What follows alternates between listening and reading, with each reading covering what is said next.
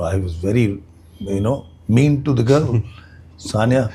तो मैं instinctively picture के बाद गया उसके पास, मैंने कहा यार वेरी सॉरी बेटा। कहने लगी वाई सर?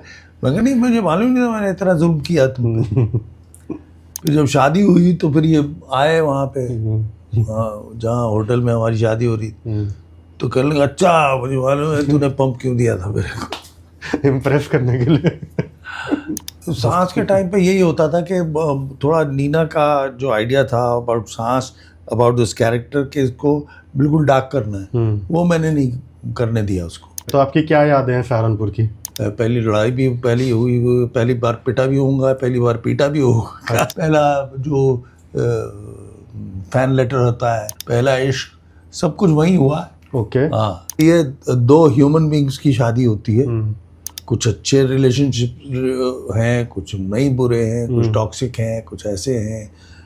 तो ये ऐसा नहीं है कि ये क्योंकि फिल्मी है और दोनों फिल्मी हैं या एक फिल्मी है इनमें से, ऐसा कुछ नहीं है। Being an actor my self, कई बार क्या होता है कि बहुत ही लो फेज आता है।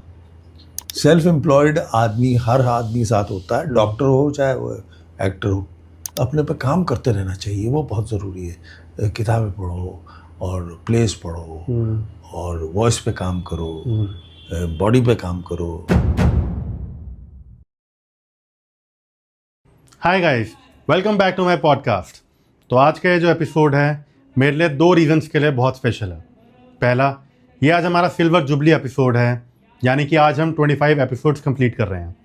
और दूसरा, जो आज के गेस्ट हैं वो बहुत स्पेशल हैं, जिन्हें कोई इंट्रोडक्शन की ज़रूरत नहीं है। तो without any further ado podcast शुरू करते हैं।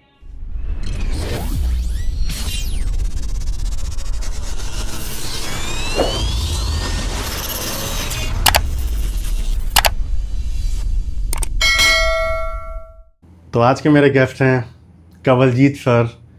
Sir welcome to the podcast. Thank you for having me. Thank you very much. मैं बहुत एक्साइटेड हूँ एंड थोड़ा बहुत नर्वस भी हूँ। क्यों भाई? पता नहीं सर, ये मेरा 25th एपिसोड है। मतलब एक मेरे लिए माइलस्टोन है कि एक सिल्वर जुबली एपिसोड एंड वो भी आपके साथ है। तो सर कैसे हो आप? First class, thank you. Sir सबसे पहले शुरू करते हैं हम आपके बचपन से ही, कानपुर से। ठीक है, वहाँ पे आपकी पैदाइश हुई थी कानपुर में।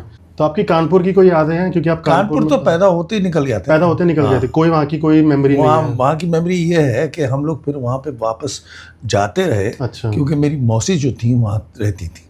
ओके। उनके हस्बैंड वहाँ काम करते थे। काम उनकी फैक्ट्री वगैरह थी। ओके। तो कानपुर में पैदा होते ही उनकी ट्रांसफ़र हो गई थी मेरा ख्याल लखनऊ। लखनऊ से हम आगरा आए। तो ये मैं आगरा में मैं स्कूल में पहली बार गया। अच्छा। Saint Mary's. ओके। हाँ ठीक है, तो आपकी क्या यादें हैं सहारनपुर की? भाई मोस्टली जो मैं अपने आप को सहारनपुरी बोलता हूँ इसलिए क्योंकि जो सब एक नौजवान लड़के के साथ या ग्रोइंग चाइल्ड के साथ होता है, वो वहाँ मेरे साथ पहली बार हुआ सब कुछ। अच्छा। हाँ, पहली लड़ाई भी पहली हुई, पहली बार पिटा भी होऊंगा, पहली बार पीटा भी होगा। अच्छा, पिटे तो नहीं, पीटा तो होगा आपने पक्का। तो ये सब जो भी पहला जो फैन लेटर होता है, अच्छा। वो सब कुछ वहीं, पहला इश्क सब कुछ वहीं हुआ। ओके। हाँ। तो आपके जो मेजर फ्रेंड्स वगैरह थे वो कहाँ पे थे? सहारनपुर। तो अभी हैं उनके टच में हो आप? मेरा एक बहुत अच्छा दोस्त है रमेश दत्त, सतीश त्रेहान और सुभाष विशिष्ट। ये सब हम हमारे बचपन के साथी हैं, वो आज तक मिलते हैं। अच्छा, अभी होता है आप लोगों का मिलना? रमेश तो लगातार मिलता है। और किस बारे में बात होती है? Ramesh retired as a professor of history and English पढ़ाता था। पहले इंग्लिश का प्रोफेसर था, फिर हिस्ट्री का हुआ। तो मेरा हम दोनों का शौक एक था, वो उर्दू शायरी के बारे में बात होती थी। और जब हम पहली बार मिले तो हम लोग एक बुक शॉप में मिले। अच्छा। कैम्ब्रिज की। अच्छा। तो वो स्टेचर में थोड़ा सा छोटा था और दुबला पतला था। तो मैं इधर एनडीए की तैयारी कर रहा था, तो मुझे वो कंपटीशन, ये वो मैगजीन होती हैं, वो मैं लेने गया था। अच्छा। कैम्ब्रिज बुक शॉप में। तो मैंने ये देखा इसको, मैं कल कुछ देख रहा था ये भी। मैं कहा क्या देख रहे हो? कहने लगा नहीं ऐसी किताब। मैं कहा क्या करते हो? कहता बीए कर रहा हूँ। मैं कहा इतना छोटा सा, ये फर्स्ट ईयर में था, मेरे से 1 साल बड़ा, 2 साल बड़ा है। तो तब से मुलाकात है हमारी। ओके, तो अभी मूवीज़ के बारे में बात होती है? वो तो भैया फिर वो उसका वो करता ही, वो पॉडकास्ट वगैरह तो नहीं करता, लेकिन उसका 1 घंटे का हर रोज़ किसी का भी जन्मदिन हो, बर्थडे हो, गुरुदत्त हो, मजरू सुल्तानपुरी हो, कैफी आदमी हो, कोई भी हो, 70s तक उसकी मास्टरी है।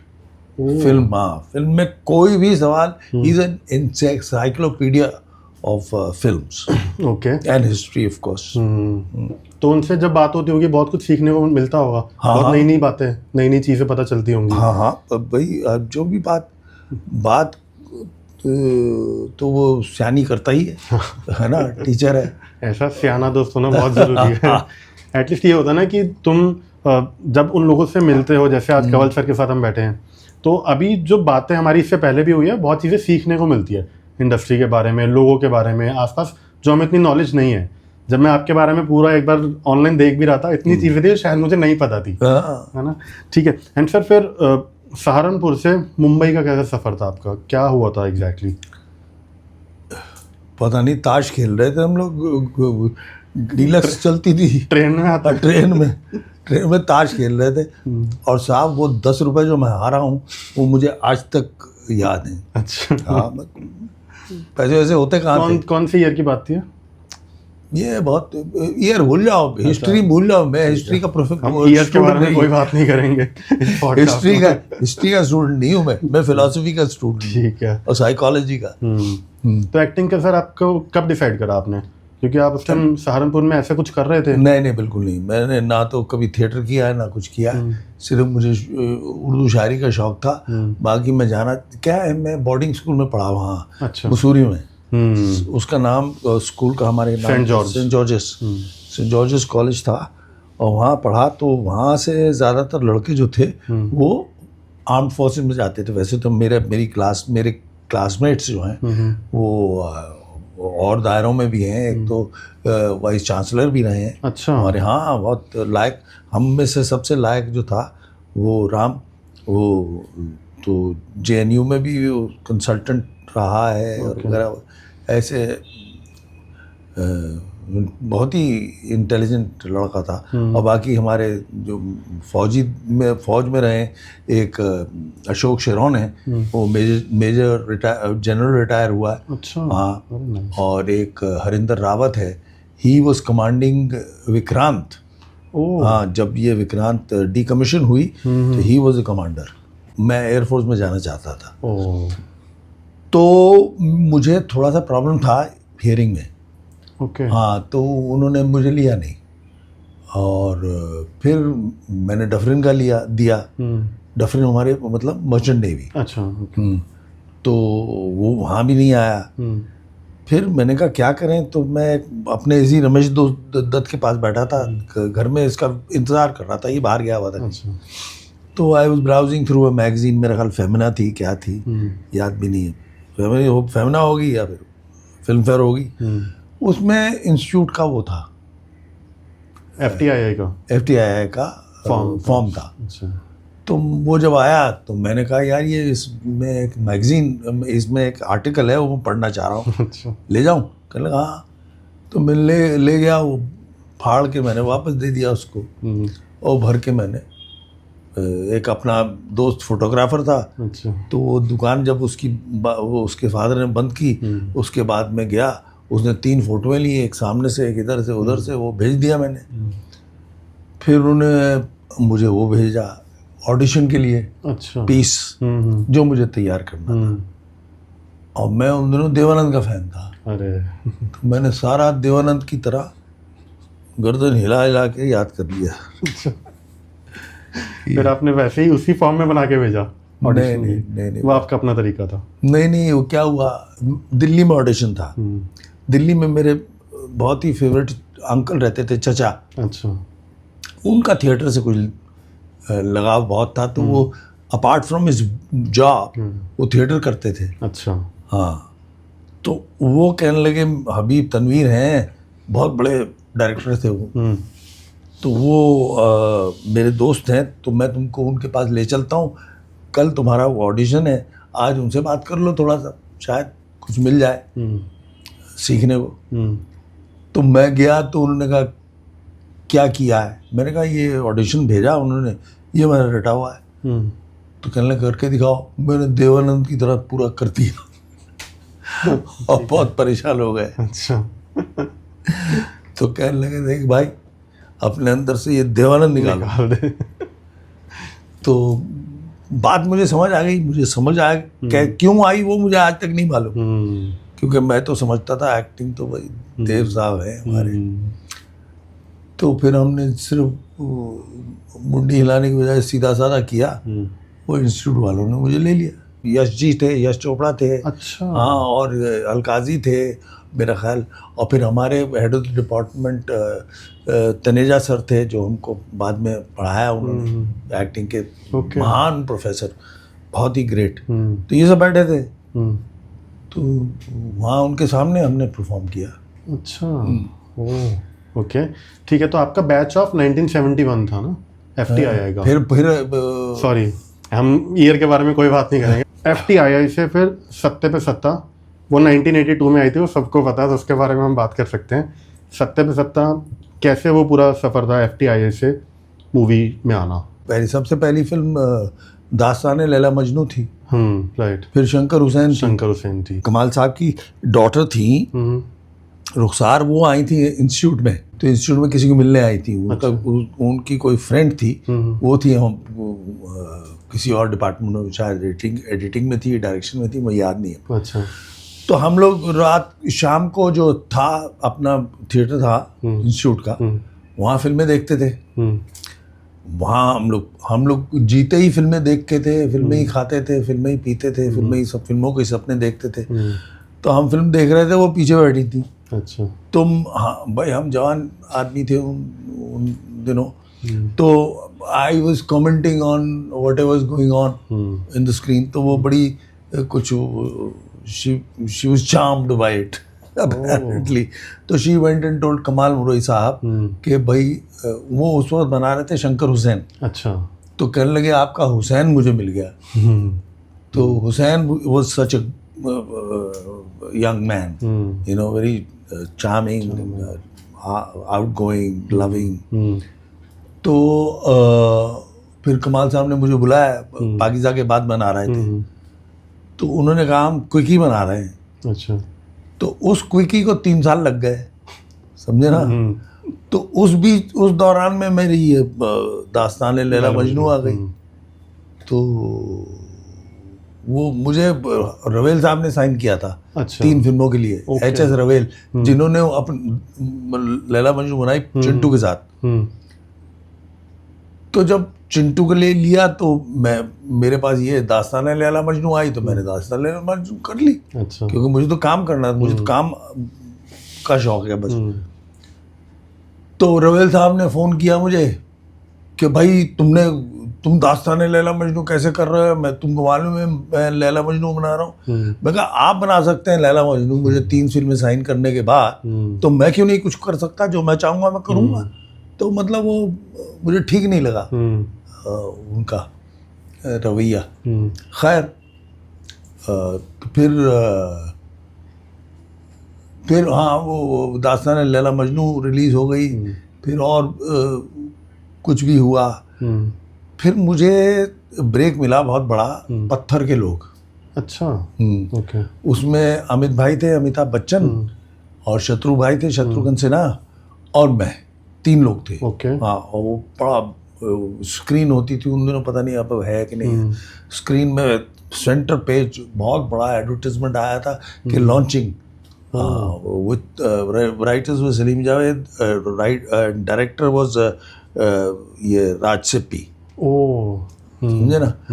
तो उसका हम एक गाना शूट करके आए थे दिल्ली, मैं और बिंदिया गोस्वामी। ओके।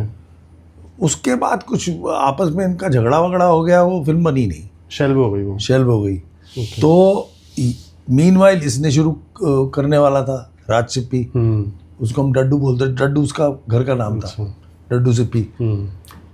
तो उसने कहा तू एक 7 भाई के बारे में अगर बना रहा हूँ फिल्म में तो would you be interested in doing one of the brothers? I said या। तो जो ये रोल जो मैंने किया सत्ते पे सत्ता में वो मिठुन करने वाला था। अच्छा। अब मिठुन को एक सिंगल हीरो फिल्म मिल गई उस वक्त, तो मैं वहाँ आ गया। तो इस तरह से और राजसिक भी मुझे उस ये पत्थर के लोग की वजह से जानता था जो लॉन्च होने वाली थी। राइट, डेस्टिनी है सर ये भी, क्यों वो ना होके सत्ते पे सत्ता हो गई उस टाइम पे।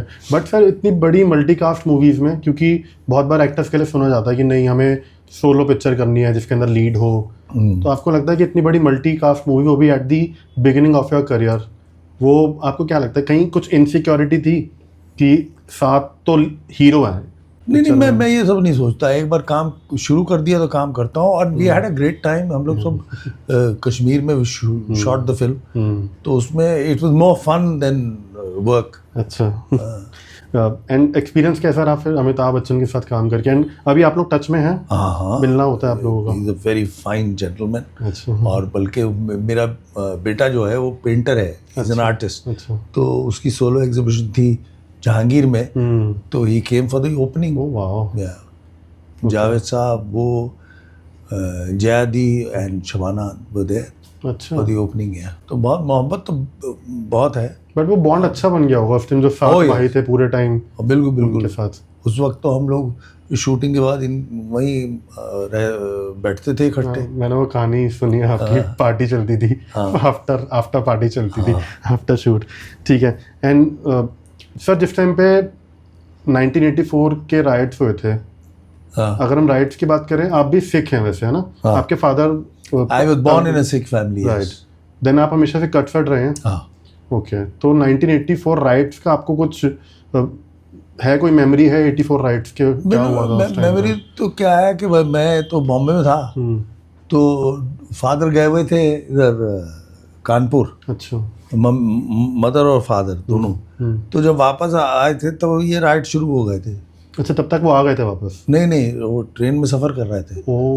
ट्रेन में सफ़र करना था, राइड शुरू हो गए थे। अच्छा। तो he had to cut his hair. So that was very this thing emotionally disturbing for him कि भाई इतने सारा और बाल काटने पड़े। But then he was also a very liberal man. He took it as it came, और फिर उन्होंने बाल बड़े कर लिए। फिर दोबारा टर्बन पहनने शुरू कर दिया।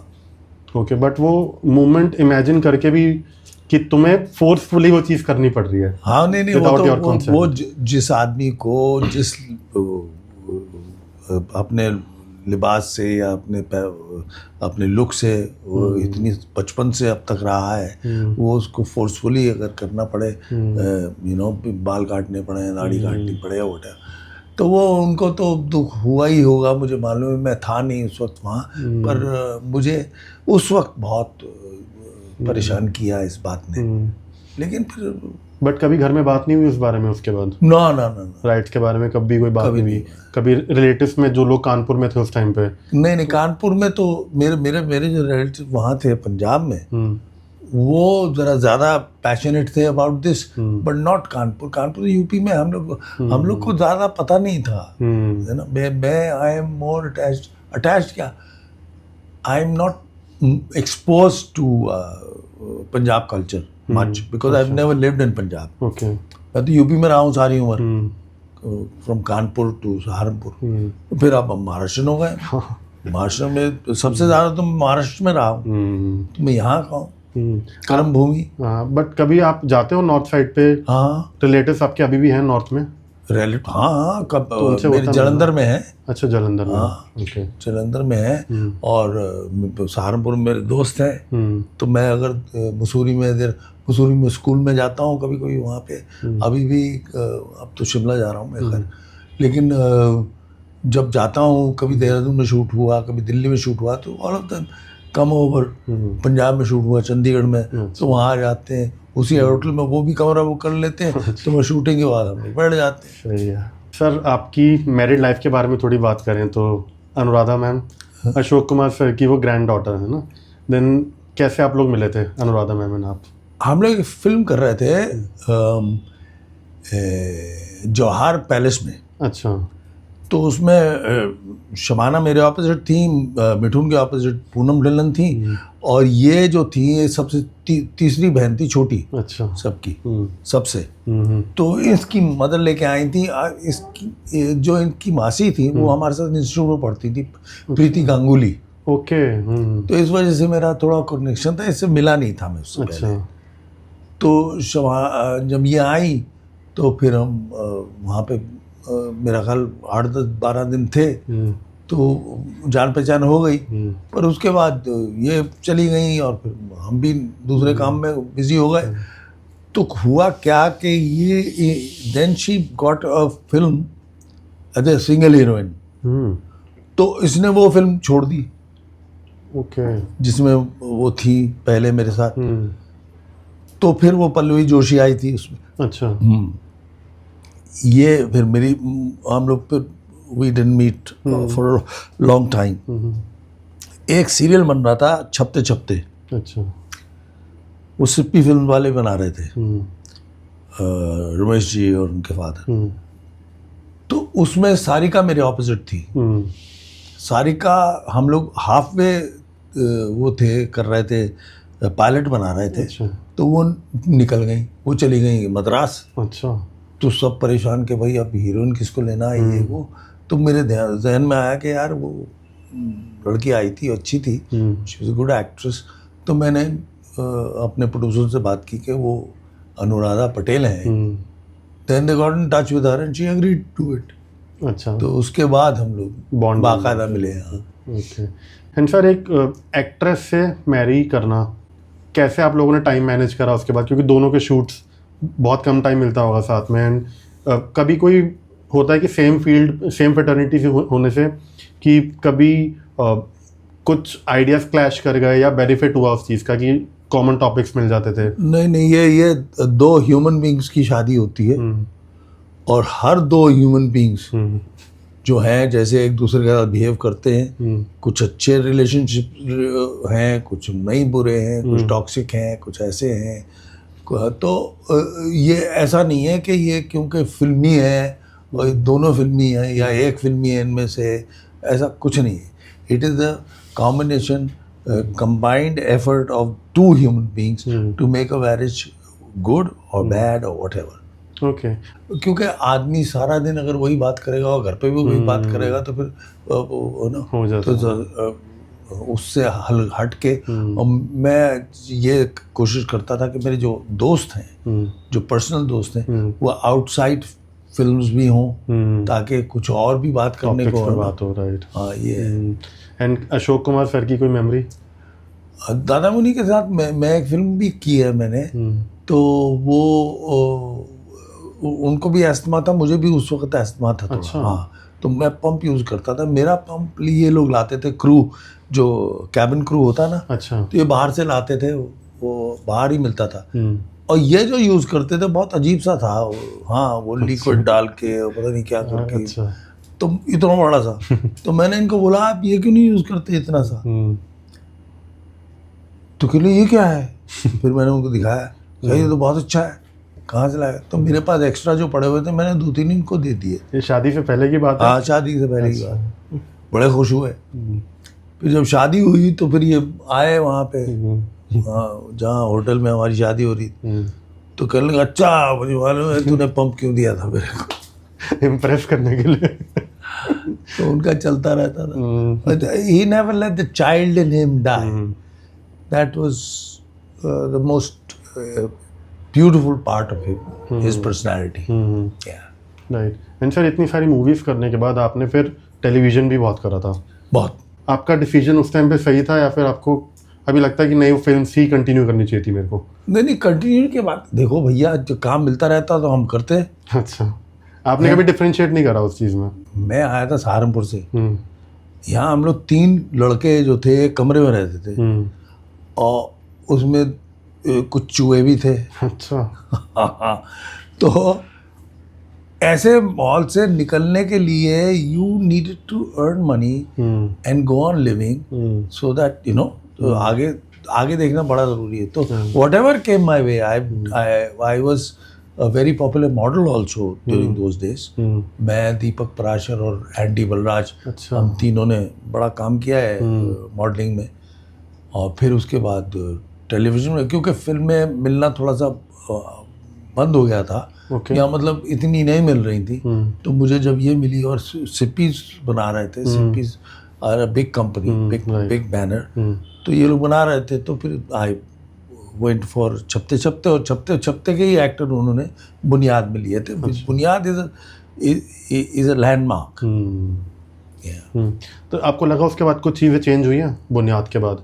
बुनियाद help me a lot, yes, getting more work, या। बट उसके बाद अभी सास आपका बहुत बड़ा हिट हुआ था विद नीना गुप्ता जी, और सास के टाइम पे कुछ नोकझोंक भी होती थी आपके और नीना जी की। तो सांस के टाइम पे यही होता था कि थोड़ा नीना का जो आइडिया था अबाउट सांस, अबाउट दिस कैरेक्टर के इसको बिल्कुल डार्क करना है, वो मैंने नहीं करने दिया उसको। तो उस वक्त जो सीन आते थे वो ताज़ा ताज़ा आते थे, मैं कहता था मैं ये नहीं करूँगा, मैं ये इसमें कैरेक्टर, क्योंकि आदमी में पूरे उसके स्पेक्ट्रम में, पैलेट में हर रंग होता है।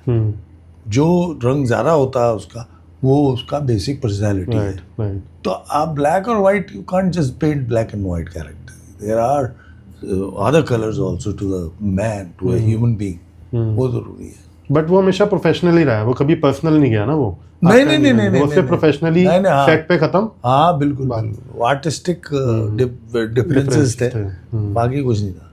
Sir, being an FTIA pass out, आप किसी टेक्निक में बिलीव करते हो या मेथड एक्टिंग में बिलीव करते हो, या आप कुछ फॉलो करते हो ऐसे? यार ऐसा है, ये मेथड एक्टिंग नाम दे दिया शुरू में, अब जब पढ़ाया जाता है तो उसको कुछ ना कुछ तो नाम देना ही है। स्टेनिस्लॉवस्की का है और माइजनर वगैरह, but what all of them are trying to achieve is the truth in behaviour, है ना। जाना, रास्ते अलग अलग होंगे, जाना एक जगह है।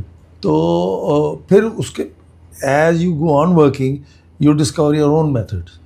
ये यूँ नहीं है कि भाई वो जो स्टेनिस्लॉवस्की ने कहा था, ये इमोशनल मेमोरी और ये इमेजिनेशन, तो ये सब काम आते हैं, बेसिकली सबकॉन्शियस में रहते हैं। पर ऐसा नहीं है कि मैं वो फार्मूला बना दिया, you know, sine square theta cos square theta is equal to 1 1 ही होता था, इक्वल टू 1। हाँ वही तो, ऐसा कोई फार्मूला नहीं है। अच्छा, तो आपका क्या प्रोसेस है?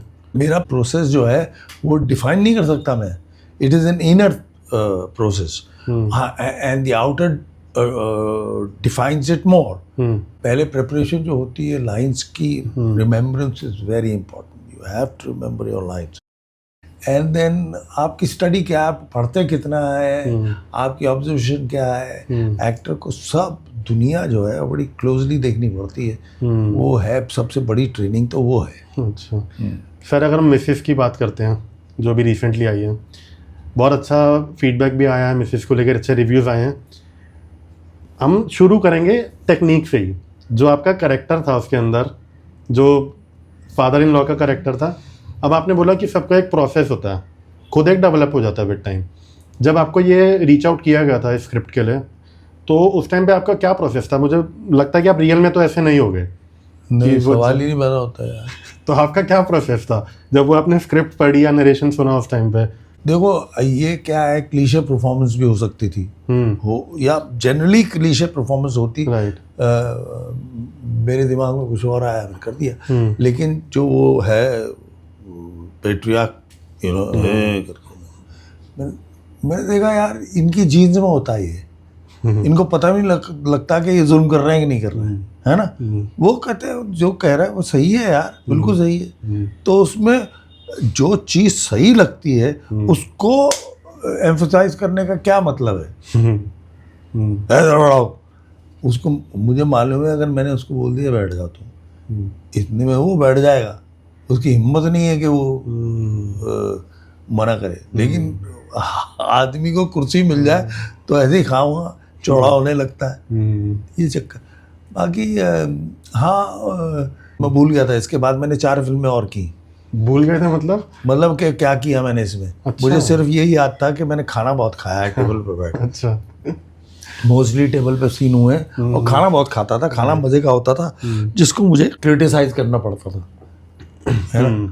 तो फिर मैं जब प्रीमियर पे दिखाया इन लोगों ने मुझे film, that was the first time I saw the film and I thought I was very mean to the girl Sania. तो मैं इंस्टिंक्टिवली पिक्चर के बाद गया उसके पास, मैंने कहा यार वेरी सॉरी बेटा।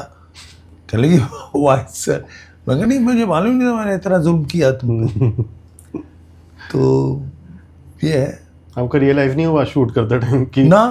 अब मैंने जैसे एक सीरियल किया था जो मेरा फेवरेट है, उसका नाम था फरमान। अच्छा। हाँ, वो बेस्ट है मेरा सीरियल। अच्छा। तो वो 14 एपिसोड का था। ओके। हम लोग ने हैदराबाद जाके शूटिंग की उसकी, और मैं उस कैरेक्टर नवाब था ये। ओके। हाँ, इसके दो और भी साइकोलॉजिकल प्रॉब्लम था एक, उसके अपने बाप के साथ। वो भी सबकॉन्शियस में काम करता ही है भाई। जो चीज़ आपकी ज़िंदगी में गुजरी है वो सबकॉन्शियस में है, और वो कभी कभी बाहर निकलती है। तो वो कुछ ऐसी चीज़ें थी उसमें जो कि बहुत ही माइन्यूटली डिस्क्राइब थी। That author was a lady, Rafia Nurul Amin उनका नाम था। उनका नॉवल पे बेस्ड था वो 14 एपिसोड का। तो मैं उस कैरेक्टर में इतना उतर गया था, इतना मैंने वो पाइप स्मोकिंग, ये स्टाइलिश नवाब, ये हार्वर्ड से पढ़ के आया हुआ है ये सब, कि मैं जब उसको ख़त्म किया, 45 दिन हम लगातार शूटिंग करते रहे, तो मैंने कहा चलो चलते हैं यार कहीं घूम के आते हैं। तो मैं नेपाल गया था। वहाँ पे मैं जिस होटल में था वहाँ ज़्यादातर अंग्रेज़ थे, तो उस वक्त तक मैं अपने आप को आज़र नवाबी इंट्रोड्यूस करता रहा। अच्छा। हाँ, वहाँ अंग्रेज़ों को तो मालूम नहीं, चाहे मैं कमलजीत हूँ। राइट। तो ऐसी उसका मुझे नशा बहुत देर तक रहा। तो फिर कैसे हटा वो नशा? नहीं, वो तो सी, अगर जब मैं हटाना चाहूँगा तो निकलेगा ना। मैं उसको और जीना चाहता था। It was so, it had become so close to me, and I was so fond of it. मैंने कहा चलता रहने दे। वो मेरा वो आइडिया था कि मैं अपने आप को, और वो भी मजाक में, टू अम्यूज माई सेल्फ, ऐसी बात नहीं थी। वो टोरे वाली बात थी ना, अच्छा लगता था। अच्छा लगता, वो मज़ा आता था उसको कहने में। लेकिन यूसुफ भाई, दिलीप कुमार साहब हमारे, तो उनको तो मैंने सुना है कि वो इतना मरने के सीन हर फिल्म में करते थे, और इतना वो ट्रेजेडी किंग कहलाते थे। तो उनको हर फिल्म के बाद हर फिल्म के बाद तो नहीं, मेरा ख्याल now and then he had to meet a psychiatrist to get out of the character और व्हाटएवर। या ऐसा मैंने सुना है भाई। I may be wrong, I don't know. तो I am just. And sir, आपने पंजाबी इंडस्ट्री में बहुत काम करा है। रिसेंटली परमीश के साथ आपने तबाह करी थी। हाँ, अभी करीब लास्ट फिल्म परमीश के साथ। राइट, वो चौपाल पे आई थी। मैंने शुरू करा था। चौपाल प्लेटफॉर्म है। अच्छा। OTT प्लेटफॉर्म है जो पंजाबी एंड हरियाणवी मूवीज वहाँ पे होती हैं। पंजाबी मूवीज का जैसे एक नेटफ्लिक्स है उनका। उसकी तो रिलीज नहीं है थिएटर में? थिएटर में भी हुई थी। अच्छा। चौपाल पे आई है OTT में। थिएटर वाली आ जाती है ना चौपाल का। हाँ, चौपाल सर एक वही ऐप है, वहाँ पे आई थी। बॉलीवुड और पंजाबी इंडस्ट्री को अगर हम थोड़ा सा कंपेयर करें, आपको लगता है कुछ फर्क था? I started Punjabi film with जी आया हूँ, एंड फिर उसके बाद मिट्टी वाजा मार दी, ये सब फिल्में किए हैं अपना मनमोहन जी के साथ। मनमोहन सिंह जो थे वो डायरेक्टर कैमरामैन, उनके लिए। तो जब वो मेरे पास कहानी सुनाने आए थे मुझे, तो मुझे कहानी इतनी अच्छी लगी थी, और वो यश चोपड़ा जी और गुलजार साहब के वो कैमरामैन थे। ओह, हाँ, ओके। मनमोहन सिंह और मेरे वहाँ इंस्टीट्यूट के हैं। तो जब वो कहानी सुनाने आए तो मैंने बोला हिंदी में बनाओ इसको, इतनी अच्छी खूबसूरत कहानी है। तो कहने लगे नहीं, पंजाबी के लिए मुझे काम करना है कुछ। तो फिर उन्होंने पंजाबी, उसके बाद हरभजन मान और मैंने उनके लिए ही कई फिल्में की हैं। राइट। तो उनका तो तरीका जो था वो बॉम्बे फिल्म इंडस्ट्री वाला ही था। अच्छा। हाँ, लेकिन मैंने ऐसी भी कुछ फिल्में की हैं जो कि मतलब जो कि marked difference between what we do here and what we do there. In what way? In attitude and making and your knowledge and information. कम था थोड़ा बॉलीवुड? दूसरी फिल्म में कुछ फिल्मों में हाँ, कुछ कम था। ये तो बहुत कमाल की फिल्म थी। Over the time sir I am sure changes तो आते हैं, हर इंडस्ट्री में चेंजेस आए हैं। पंजाबी इंडस्ट्री का आई रिमेंबर कि कई इतनी छोटी पिंड वाली पिक्चरें होती थी, वही होती थी पहले। हाँ वही होती थी, वही चलती थी, जट दा घोड़ा थी। एग्जैक्टली वो सब होती थी। फिर धीरे धीरे धीरे अब आज के टाइम पे इतनी इवॉल्व हो गई है पंजाबी इंडस्ट्री, इतना पैसा लगने लग गया है वहाँ पे भी। बीट तो अच्छा OTT मिल जाता है, अच्छी थिएटर रिलीज मिल जाती है, हीरो गाना पैन इंडिया मिल जाता है। नहीं बिल्कुल, अब तो पैसा बहुत है वहाँ। पैसा बहुत है वहाँ पे। हाँ, अभी सब एवरीबडी सी कंपटीशन के लिए आपको लगाना पड़ेगा ना। राइट ये है। And sir being an actor my self, कई बार क्या होता है कि बहुत ही लो फेज आता है, कई बार ऐसा होता है कि कई कई महीने शायद साल भी काम नहीं होता। तो कभी आपके साथ वैसा हुआ है कि आपको वो चीज़ फील हुई हो? हाँ, सबके साथ होता है। सेल्फ एम्प्लॉयड आदमी, हर आदमी साथ होता है, डॉक्टर हो चाहे वो एक्टर हो। तो डॉक्टर की भी तो ऐसा थोड़ी है सबको नज़ला जुकाम पूरे साल लगा रहता है। उनका भी तो कैप आता है। हाँ, वो भी मक्खी मारते हैं बैठ के क्लिनिक में। ऐसा ही है, ऐसे ही एक्टर का है। तो वो रेजिलियंस जो है ना, वो होनी चाहिए आदमी में, और अपने पे विश्वास होना चाहिए। और दूसरा, अपने पे काम करते रहना चाहिए, वो बहुत ज़रूरी है। किताबें पढ़ो और प्लेस पढ़ो और वॉइस पे काम करो, बॉडी पे काम करो, you know, body and mind both. तो ताकि आदमी हेल्दी रहे in both ways, mind and body, ताकि जब काम आए you are ready for it. ये नहीं कि हाँ जब काम आएगा तब देख लेंगे यार, तब जिम चले जाएंगे या तब वॉइस पे काम कर लेंगे, ऐसा नहीं होता। You have to be all the time working on it. क्योंकि अगर कोई म्यूजिशियन है तो रियाज करता है, गिटार बजाता है, वायलिन बजाता है, गाना गाता है। तो एक्टर कहाँ करता है? एक्टर अपने काम नहीं करता ज़्यादा, लेकिन करना चाहिए। जो अच्छे एक्टर वो तो करते ही हैं। थिएटर ज्वाइन कर लो या आपस में बैठ के कुछ कर लो, प्ले रीडिंग कर लो, ये सब इट हेल्प्स यू।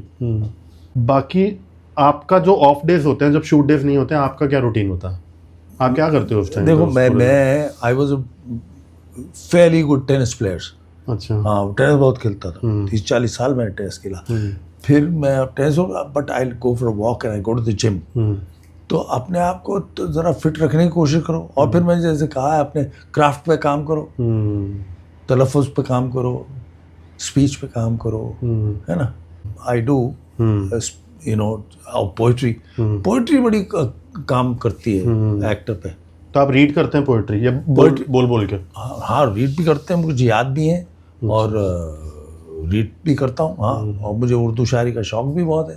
अरे सर, कोई आपका फेवरेट शेर जो आप बोलना चाहते हैं? फेवरेट तो पूरा गालिब है, मीर है, फैज़ है। बट मैं पर्सनली सुनना चाहता हूँ, एक होता है ना आपके मुंह से वो मैं भेज दूंगा तुम ऑडियंस के लिए। सर कुछ बोल दो कोई आपका फेवरेट कोई। पता नहीं, मुझे कई शेर अच्छे लगते हैं, पर इसमें एक वो है तेवर कि ले दे के अपने पास फ़कत एक नज़र तो है। ले दे के अपने पास फ़कत एक नज़र तो है, क्यों देखें ज़िंदगी को किसी की नज़र से हम। समझे ना, ये है। सर आपको और क्या चीज़ मोटिवेट करती है? पढ़ने का शौक़ है। अच्छा। पेंटिंग का शौक़ है, मेरा बेटा पेंटर है। I love. अब जब हम लोग आउटडोर शूटिंग करने जाते हैं, लोग आपस शूटिंग के बाद कोई पत्ते खेलता है या कोई बैठ जाता है, I go and watch plays and I go out to the museums and I see great artist there. Louvre चला जाता था मैं, फिर यहाँ प्रादा इन स्पेन, ये सब मैं बहुत मेरे दिल के करीब हैं ये पेंटर्स सब। तो आप बेसिकली आर्ट को अपने साथ आसपास ही कहीं ना कहीं रखते हो उसको? Art and poetry. Art and poetry. आपको लगता है कि OTT बून है या बेन है? मतलब उसका वल्गैरिटी, बोल्ड कंटेंट, हर फोन में लोग देखना उसको, वो एडवांटेज है या उससे पहले का एरा ठीक था OTT से? मैं ये कहता हूँ कि जो चीज़ बिल्कुल सूट करती है उस कैनवस में, वो आप करो ना, ज़बरदस्ती सेंसेशनलाइज करने के लिए बिना बात की गालियां निकालना, वो सब बेकार की बातें हैं। अब हमारा ये जो चल रहा है बड़ा नाम करेंगे, इसमें एक भी वल्गर लफ्ज़ नहीं है। राजश्री की स्वीट कहानी है जो कि स्मूथली चलती है और सिर्फ रिलेशनशिप में काम करती है एक दूसरे के साथ, बाकी कुछ नहीं है उसमें, मतलब ऐसा vulgar.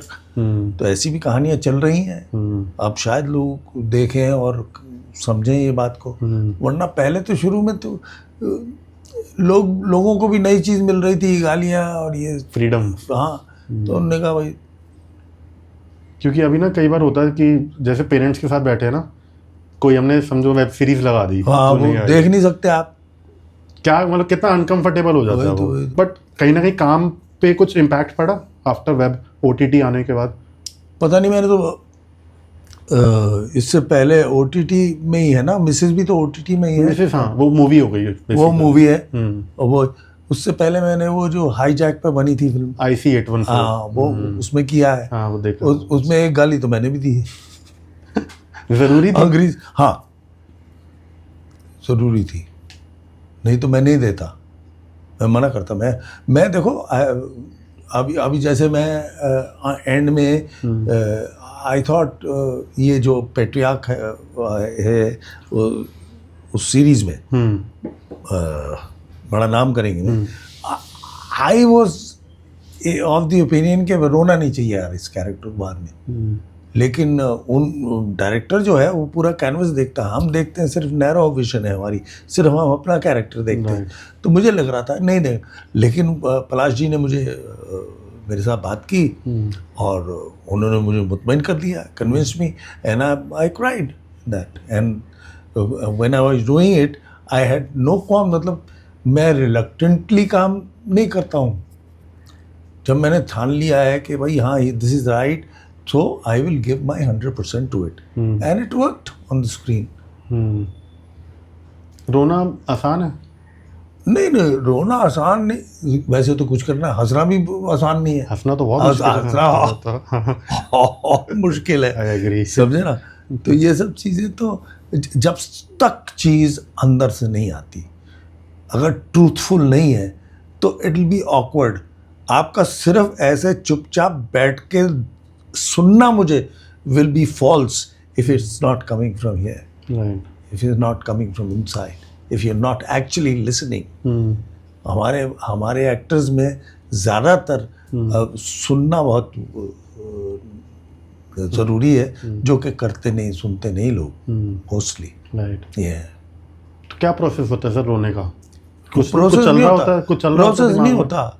You be there, be in that, be in the moment, and it'll automatically take you there. If you're being in the moment, आप हंसते क्यों उस वक्त? आप ये लाइन क्यों बोल रहे हैं? Because you are being in the moment.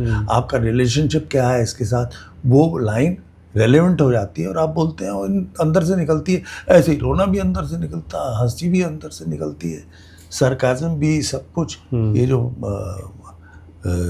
इसका जो मिसेस का एलिमेंट है वो भी तो वहीं से आता है। राइट। ऐसा थोड़ी कि बाहर से कहीं से है, वो अंदर से ही आता सब। पाकिस्तानी ड्रामा देखते हो आप? हाँ, कोई पहले देखता था बहुत, और मैंने किया भी है पाकिस्तानी ड्रामा। हाँ, वहाँ पे हमारी बुशरा जी हैं, वो एक्ट्रेस भी बहुत कमाल की हैं और हमारी दोस्त भी अच्छी हैं और राइटर बहुत कमाल की हैं। उन्होंने एक सीरीज़ बनाई थी कि वहाँ कुछ दिल ने कहा, वहाँ के चैनल के साथ। यहीं पे शूट हुआ था इंडिया में? नहीं, ना वो यहाँ पे कर सकी, ना मैं पाकिस्तान जा सका। हम गए थे बैंकॉक।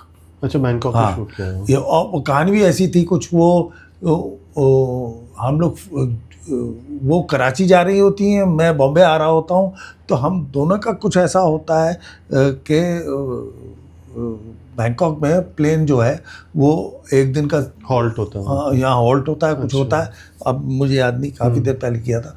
तो हम लोग की मुलाकात होती है, तो वहाँ से वो फिर एंड में वो अपने वहाँ चली जाती हैं अपनी फैमिली के पास, मैं अपनी फैमिली के पास चला जाता हूँ। तो उनके साथ कैसा एक्सपीरियंस था काम करके? बहुत अच्छा, वो गाती बहुत अच्छा है। और इनकी एक और बहन है, वो टेलीविज़न में बहुत फेमस है वहाँ।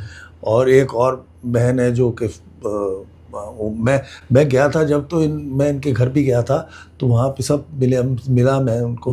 तो सभी बहुत ही आर्टिस्टिक फैमिली है वो। अच्छा, तो सर अभी शुरू करते हैं रैपिड फायर का आपका पहला सवाल, आपकी ऑल टाइम फेवरेट मूवी?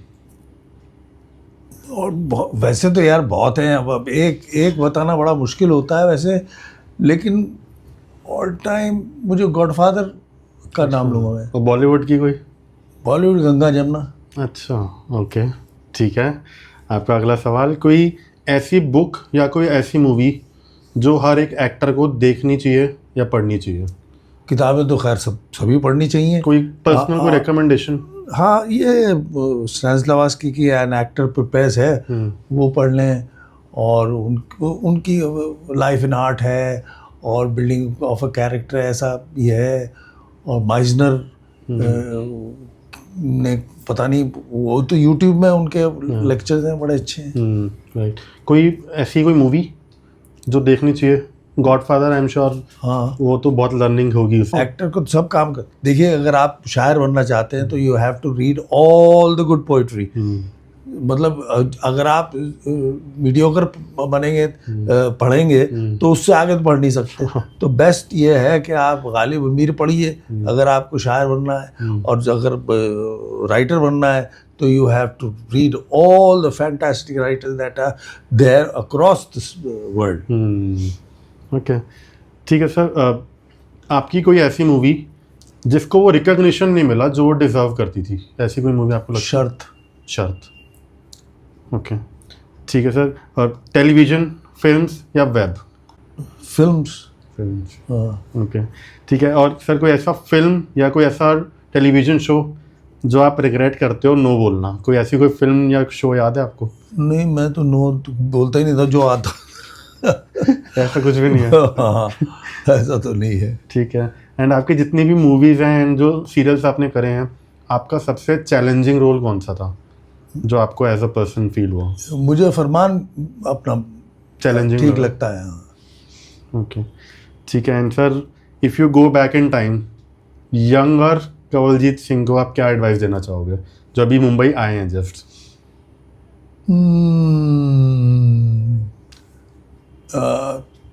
पता नहीं, मैं तो I have enjoyed my life, I have done whatever I like, I lived my life my way. तो उसमें भाई अब ऐसा तो नहीं है सब कुछ मैंने सही किया होगा, कुछ इधर हो जाता है, भटकता है आदमी, फिर आ जाता है। लेकिन रिजिलियंस चाहिए बहुत। अगर आपको ये ज़िंदगी कहीं ऐसा गिराती है, कहीं उठना बहुत ज़रूरी है, फिर चलना बहुत ज़रूरी है।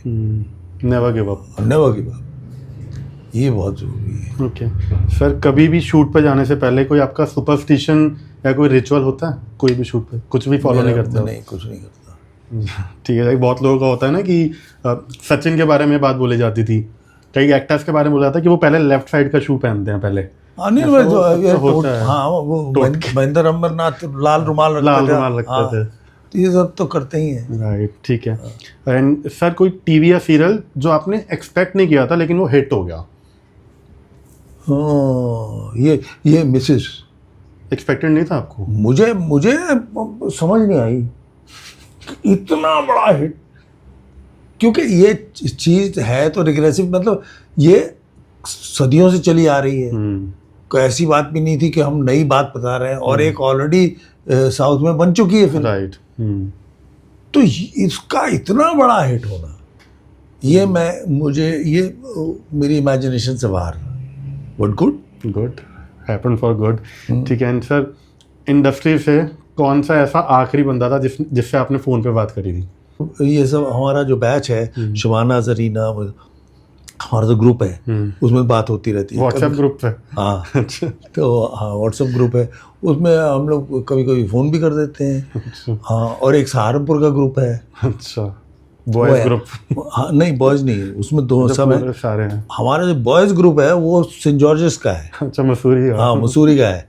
उसमें सारे अब तो सब रिटायर हो गए मेरे। अब मैं नहीं समझता मेरे अलावा। हाँ, हमारा जनरल है जो अशोक, और वो थिएटर में कर रहा है काम। अच्छा। हाँ, ही राइट्स प्लेज ऑल्सो। वाह। हाँ, और हमारे ये जो कमांडर मैंने बताया बूढ़ी रावत, ये गिटार सीख रहा है।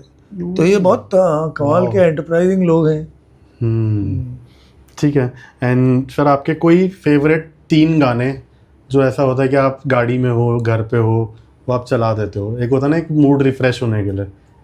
सैड भी हो सकते हैं, अच्छे भी हो सकते हैं। नहीं, ये जब मैं सहारनपुर से चला इधर मुंबई में, तो उन दिनों ये था, ये शाम मस्तानी मदहोश किए जाए, ये मेरे ध्यान में अपने आप बजने लगता था। बहुत बजाए।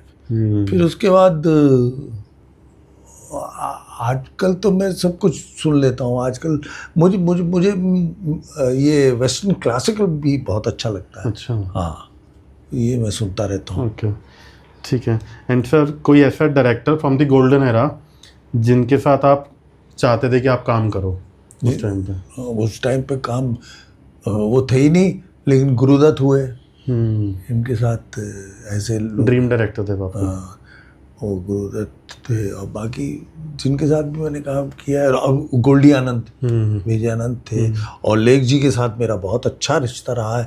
कॉन्स्टेंटली मैंने उनके साथ काम किया है बहुत, 5-6 उसमें। ओके, ठीक है। एंड सर, एक चीज़ बॉलीवुड के बारे में जो उस टाइम पे अच्छी थी कंपैरेटिवली? उस वक्त फिल्मों में लिरिकल क्वालिटी ज़्यादा थी, अभी रियलिस्टिक है। तो वो अपनी जगह अच्छा था, ये अपनी जगह अच्छा है। ठीक है सर, आपका रैपिड फायर का आखिरी सवाल कि अगर आपकी लाइफ एक मूवी होती, उसका क्या टाइटल होता? I did it my way. Oh, I did it my way, directed by Kanwaljit Singh. ठीक है सर, होता है हमारा पॉडकास्ट खत्म। Thank you so much. कैसा लगा आपको? बहुत बढ़िया, बहुत बढ़िया। Thank you so much. Thank you sir, time निकालने के लिए। Means a lot, means a lot. मैं अभी भी थोड़ा शिवर कर रहा हूँ, बट अरे यार, मीन्स अ लॉट। नहीं, बहुत कुछ सीखने को मिला। एंड ये मेरा सिल्वर जुबली एपिसोड होगा, एंड ये मुझे लाइफ टाइम याद रहेगा। 100 एपिसोड हो भी जाएंगे ना। कब आएगा, कब रेडी हो जाएगा? सर अभी होली कह रहा हूँ, होली पे। होली पे? अच्छा, ये तो अच्छा वो है। होली पे क्योंकि फेस्टिवल है ना, उस टाइम पे फैमिली टाइम होता है ना सबका। आप फैमिली नंबर 1 14 को है ना होली? 14 को। बहुत उम्दा। ठीक है sir. And sir, before ending the podcast, ये हमारी तरफ से अरे यार, ये तकल्लुफ में क्यों पड़े यार? Thank you so much. ये तो बहुत अच्छा। Holi, happy Holi sir. ये क्या? हाँ, कलर्स है सर। होली के रंग। होली के रंग, इसमें रंग है? कलर से गुलाल। क्या बात है यार, वो एकदम बढ़िया वाले हैं। हाँ, वो जो क्या natural colour. Very nice. And इसमें मग भी है जो जिसके अंदर हमारी दोनों की तस्वीर जो है, वो इसके अंदर भी है। एंड सर, ये एक और छोटा सा गिफ्ट। सर, एक चीज़ और, एक रिक्वेस्ट है। वो मग्स है मेरे पास, मैं चाहता हूँ कि उसके ऊपर आप साइन करो ताकि मेरी मेमोरी के लिए वो हमेशा के लिए। Sir please. और ये कैमरे के लिए। ठीक है, तो करते हैं यहाँ पे पॉडकास्ट खत्म। Thank you guys, thank you for watching. Thank you sir, thank you. मैंने भी तो किया था इसमें आफ्टर मिसेस। तो हमारी एक बच्ची है, मेरे बेटे की दोस्त है। She is granddaughter of Sitara Devi. अच्छा। वो खुद भी कथक करती। तो एक दिन मैं घर आया तो वो थी, तो मैंने कहा चलो हम एक शूट करते हैं। अच्छा। हाँ, तो मैं आता हूँ खाना लेके उसके लिए। अच्छा। और उसके सामने रखता हूँ। देखा नहीं? देखा मैंने, आप किचन से वो लेके आते हो। ओके। तो वो ना मैंने मिसेस देखने से पहले देखा था, मुझे लगा कोई सीन है वो। मुझे लगा किसी ने कट करके वो सीन डाला हुआ है। नहीं। अच्छा। तो वो मैं लाता हूँ, उसके सामने रखता हूँ, तो मैं कहता हूँ कैसा है? कहते हैं नमक कम है। जो मैं फिल्म में कहता हूँ। Right. That is hit 10 million. हाँ, देखा था मैंने। हाँ। पहले मुझे लगा वो सीन, वो पिक्चर का कोई सीन है। नहीं। जो हमें नहीं दिखा। हम ढूंढ रहे हैं यार, वो आया नहीं वो सीन पिक्चर में। नहीं, वो ऐसे कैसे कर सकता है यार? ये वो कैरेक्टर तो कर नहीं सकता। वो तो it was like apology. Apology. बेटा मैंने अपनी मम्मी की रेसिपी पर बनाया आज। ये लो।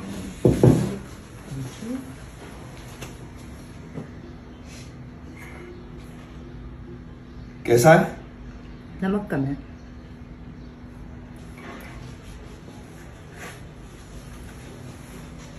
चाय बना देना। तो ये था मेरा आज का पॉडकास्ट। आई होप आपको ये अच्छा लगा होगा। Please do like, share, comment and subscribe to my YouTube channel, Spotify, Amazon music and Apple podcast. मिलते हैं फिर किसी और एपिसोड के साथ। Till then take care, be good.